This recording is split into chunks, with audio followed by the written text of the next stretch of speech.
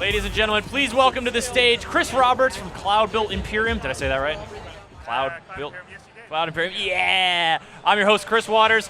The Chris is on stage to talk about Star Citizen. Of course, like the big story of this game, phenomenal crowdfunding success, and now parts of it are playable, parts of it are coming out live. People are getting their hands on it, Chris. No. So people can do more than just walk around a hangar and see their ship. You can fly some of them, not all the ships yet, but we're working busily to get all of them sort of so you're flight ready. So it's the very first early taste of space combat, but it's actually only in the single-seater ship, so not the big. We got bigger ships that you and your friends can fly, and so that will be Arena Commander V 2.0, and we're actually only on V 0.8. So the 1.0 Arena Commander is the single-seat ships, everybody being able to play head-to-head, and all the game modes. So right now, we launched before that because we wanted to get in people's hands. People were pretty impatient to play, let me put it that way. Right now you can play against the AI in sort of a swarm mode or a horde mode or however you want to call it. This week we're starting our multiplayer testing, but we have to open up because the problem we have with what we're doing is that even though we're in super early stage, like pre-alpha, we've got so many backers. Like it's like a full launch. I mean, I think there was over 250,000 people eligible just to play the alpha dogfighting. Yeah, when you put something out there, it's not just like a small crew of people on forums checking this out. It's hundreds of thousands of people. No, it's hundreds. So then you've got to have a robust launch. You got that many people playing it. So the single player is easier. The multiplayer requires a lot of servers that will spin up. So we've got a whole sort of dynamic system where the more people come online, the more servers spin up in the cloud. But we're just sort of going easy with that at the beginning. So this week, it's in the hundreds. Next week it'll be in the thousands. And then eventually, when we're pretty confident the system's stable, then everyone will get to it. And that's sort of when we call it 1.0. So we're still early stages. Still early going, but we're going to take a look at it here. Where are we going to go in this demo? What are we going to check out? So I'm just going to sort of show a little bit of the experience of Arena Commander. We start in the hangar, and then the idea with Arena Commander is, I sort of like to do everything in fiction. I mean, there's these. We just did a freelancer commercial this past weekend, but I like to, instead of sort of doing stuff that could be constrained as like talking directly about the game, like sort of an in-fiction. So we like to show off the ships as a commercial that was done 900 years in the future in our universe. And the same again with Arena Commander. The concept really is this is a simulation inside the universe that, like, as a pilot, so in our universe, you go between planets, and there's, obviously you can get attacked by pirates, so there's lots of danger out there. And if you invested like time and effort in building up your ship, you don't want to lose it. So Arena Commander is sort of a simulation that will allow people to get online in the universe and test out their flight skills without risking losing their ship. Flex that combat muscle, sort of, play around a little bit, but not put it on the line. Yeah, learn how to use your ship, and also longer term, we're going to sort of make it sort of a in-fiction esports in the universe. So when the actual full persistent universe is out there, Arena Commander itself will have competitions, and all the players can join. You've got leagues, and you've got teams forming up there. And even in a bar in like one of the planets, you could go, and they can be broadcasting the Arena Commander, final and stuff like that. So we're really going to try and do that. There's also a later version of it, which will also just be racing. We have this fictional thing we call Murray Cup Racing inside the universe. That's been a lot of our fiction. And so, because not everybody wants to just fight. Some people want to fight, and so we really try to make it sort of in fiction. And so the idea is the hangar, which is what we sort of released last year, which would allow you to walk around, look at your ship. So I'm sort of in the hangar right now, looking around. It's a quiet day at the hangar, and so I'll put on, people always like put on a helmet because we need to wear a helmet for flying. People like the helmet. Safety first, man. Yeah, exactly. But interesting to note, the helmet does not come with a HUD. Oh, no, it does once you get into the ship. Oh, so okay. Well, once it fires up and there's something to see. Yeah, I guess. Well, yeah. So, but if I just go, that's my character right here. But I'll just walk over to. So this is the hangar. This is actually a deluxe hangar. I think we just set up for this demo. And there's 3 different ships you can fly in Arena Commander at the beginning. One is the Hornet, which is sort of the custom dogfighting ship, which is the one I'm walking up to right now. And then in the background over here, I just show that's the 300i, which is sort of more our sort of BMW sort of looks a little more racer. sleek, A little sleeker, and then the base, the starter ship, which is the Aurora, which is kind of over here. That tiny little thing over there? Yeah, that's. But we'll get in the Hornet because it's sort of the one with the most firepower and the sexiest. All right. Well, yeah. I mean, and scale is such a big part of Star Citizen and such a huge part of its appeal. You know, you're starting off with the one-seater. Yeah, and you move up, and everything's, it's essentially everything's run inside a first-person engine. I mean, we're inside CryEngine. We've done a lot of modification to it, but it's at the fidelity of, a next-gen first-person game, but you can get into vehicles and fly them, and you get into bigger vehicles, and you go from planet to planet. So there's the level of ambition's pretty crazy.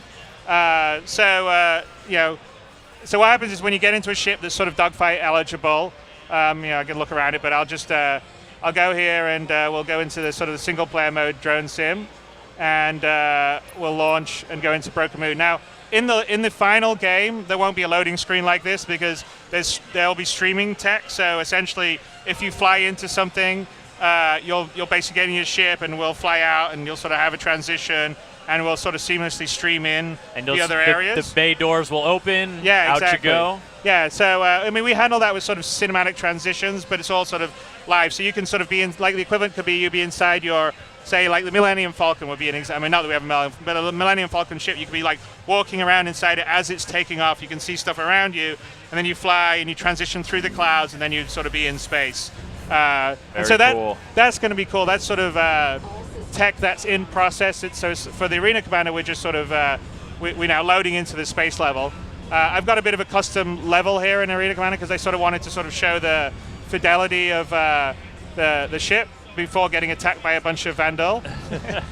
So this is a Hornet out in space, and so like one of the things, actually if I just sort of, let me just zoom in here, we can sort of see the... Nice. Oops, today's not so close. But everything's done in what's called PBR, which is a rendering technique that makes everything sort of feel... Oh, hang on, let me lock my camera down.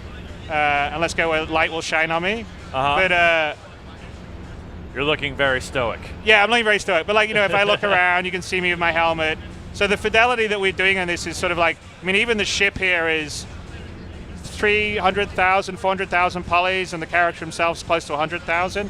And then one of the things that is pretty interesting, and it's kind of a little bit, it's a learning curve for people that are starting to play it, is that we've decided, because we have such a big game, and you can fly ships from all sides, small ones all the way up to these really huge ships, that we've decided to do a very different flight model than most space games have ever done, including the ones I've made.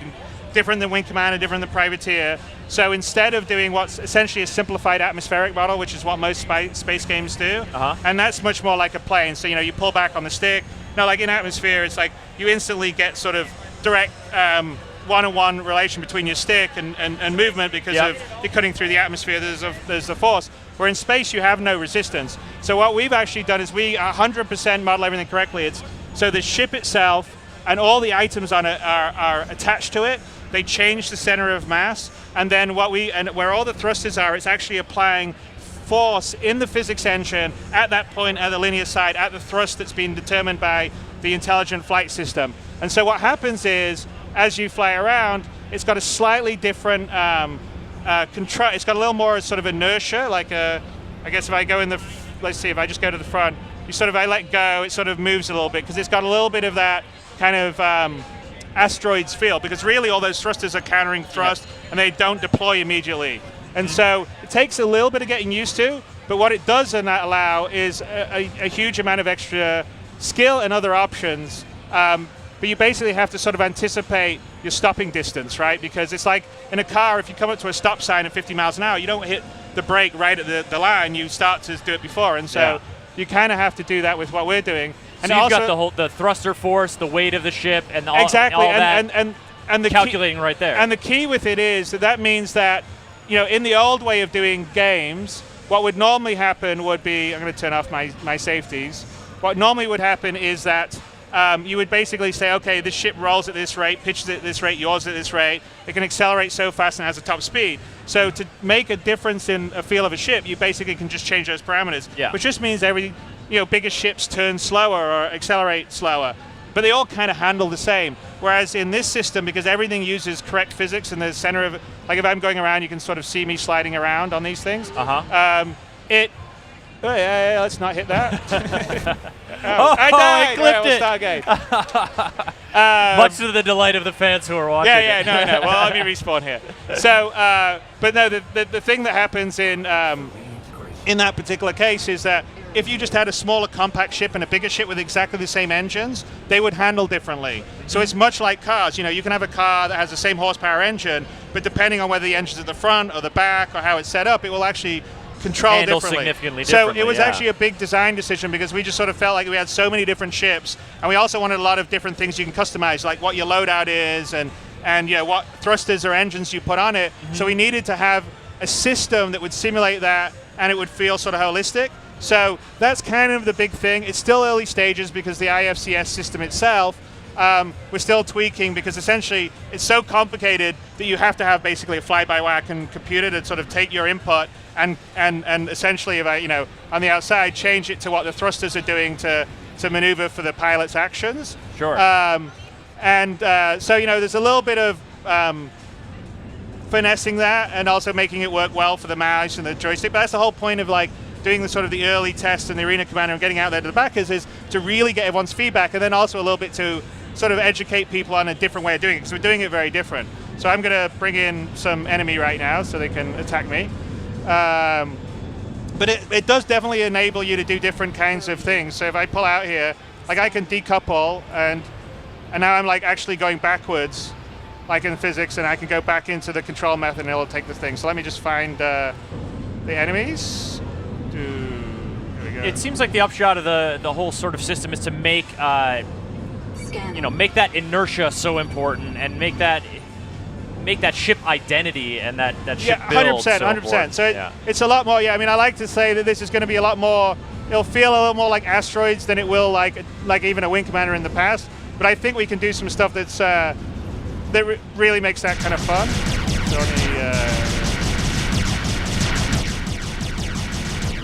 All right, well, I'm going to take a question or two over Twitter. Yeah, We had one earlier from Kenneth Ellis wondering, you mentioned before that the Arena Commander gives you that great opportunity to get your ship blown up, respawn, all that.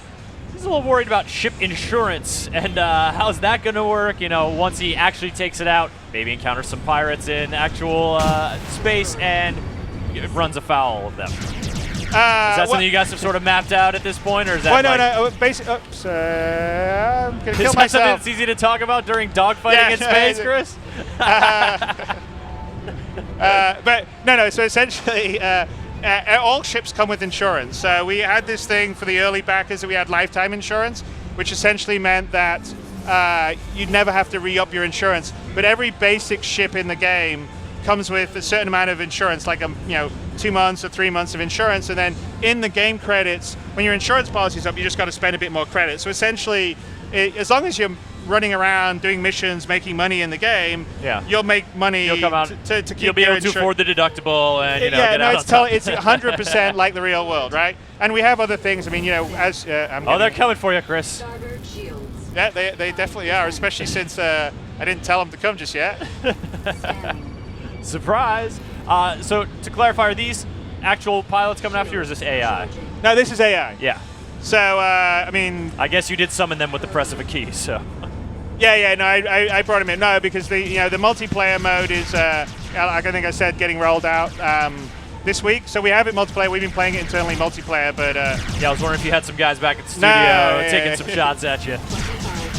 There you go him. Port shields down. So in terms of that maneuverability, what kind of pilot sensation do you want to cultivate with that? I mean, obviously you want the pilot to feel in control of their vehicle, but you also want them to feel like I'll let myself get shot, and people they are out in space, and they do have these forces to contend with, and their engineering that creates this ship and creates this thrust and this inertia is a certain way. How do you sort of find the sweet spot between trying to make it realistic and also trying to make it something that the pilot's going to enjoy and be able to pick up? So that's kind of what we're dealing with tonight. That's kind of one of the reasons why we released the V0.8 is we kind of wanted to get it out to a wider feedback group to try and hit that sweet spot, because I'm really keen to have a system that is that sort of flexible and gives that many characteristics, because we're going to have so many ships. But obviously part of the issue is it's got to be easy at the beginning, right? You sit Yeah. down, you start to play, it's going to be kind of fun. So kind of like my goal, just showing off the damage modeling right now. Part of my goal is to sort of make it at the very beginning sort of fun and easy to play, almost like sort of a StarCraft where you can just use a mouse, right?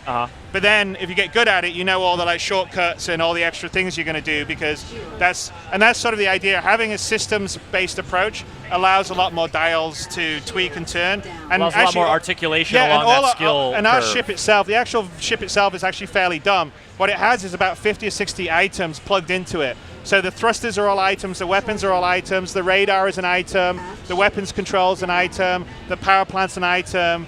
And the that's all shield stuff is an players item. are going to be able to pick and choose. And they can choose and customize, and then also they're all connected. So like the power plant provides power, and then a lot of the different systems require power. If the power plant goes down and gets retrograded, then there'll be less power of the systems, and they won't work as well, or just won't work. So like the lights on the ship will turn off if you lose your power and stuff like that. So it's all these things happen. If you lose a wing, for instance, or you lose some thrusters, that will change how your ship will fly, because the moment inertia changes and the power. So because we've gone to a lot of effort to build these systems in, and we're allowing players to also change the power distribution between the different items, and so a lot of that will come online in the next month. The system's actually in there, and in debug modes we can do it all, but we still like tweaking the HUD to get all that to work. And so it's kind of one of these things where it's a pretty complicated system. We want to get out there, we want to get feedback, and we want to see where people have trouble, and then, okay, well, let's simplify this and make it a sort of simple, easy thing to do up front. Sure. And then the experts, where they really get into it and they really want to do some kind of fun, tricky maneuvers, they essentially, there you go, they can. And so that's kind of the nice thing about the crowdfunding setup, is that you basically have this huge focus group. I mean, you've got this large group of people that are really passionate about the game. Yeah. They got a lot of opinions, and You're not just getting data back from them from what you guys have built into the game. They're sounding off. No, they're saying, and so it's like if I was doing this the traditional method, you would hire a focus group, and there'd be 20 or 30 people. Yeah. But that's a small sample. We've got hundreds of thousands of people playing it that are actually right there giving us feedback of like, I like this or I don't like that. It's interesting to see people discover things. So like on the flight model at the beginning, there was a fair number of people that were like, oh, I don't like this. This doesn't feel like what I'm used to. And then over time, there was people going, oh, the physics, the simulation's so good that the flight model appears bad. And then like, if you do this and this and this, and like they were discovering the different modes and like, oh my God, I can do these extra maneuvers and do all this sort of stuff. So it's all that kind of stuff that's really great to get early on, because that will just allow us to hone it over the next year and a half before the full game's out, and hopefully by then we'll have something that will be really fun. I mean, it's already fun to fly around and play, and we're super early. I mean, this early in the process, I would never have a game this polished. So and making it a public release sort of forces you to have it fairly to bring it up to that level. Yeah. So it's a great process, and I'm sort of really enjoying it, even though I'm getting my back half of my ship completely shot off at the moment. Clearly, you are clearly enjoying it, and clearly, the scope of this game is something that I think has really drawn people to it. But thank you for coming on and sort of drilling down into this, very specific but also very integral part of the Star Citizen experience. No, it's cool, and I actually really, anyone out there that's a backer, I mean, it's, please play it, give us your feedback. If you want to check it out, you should come check it out as well. It's a really great process. I'm really enjoying making a game this way, where you're sort of involving a much larger group of people. Yeah. But for me, it's better than involving someone that's from marketing, because these are people that love playing the game. And so it's like, okay, so at that point, I can't get mad at anyone, even if they're saying, I don't like the way this works, because, they're fans of the genre. They're right which is there. cool. They're invested as well. Yeah, absolutely. Chris, thank you so much for you're coming welcome. on and You're more than talking welcome. Star Citizen. It's looking great, and more to come from that. Imminently. Arena Commander mode coming out this week, available for backers. You can check it out at starcitizen.com. RobertSpaceIndustries.com. RobertSpaceIndustries.com, like you were saying, all in fiction, right? Exactly, 100%. That's the whole goal. Excellent. All right, folks, we'll be back shortly with a demo of Entwined, a game that announced during the Sony press conference. We're going to see some birds and fishes, and it's going to be wonderful.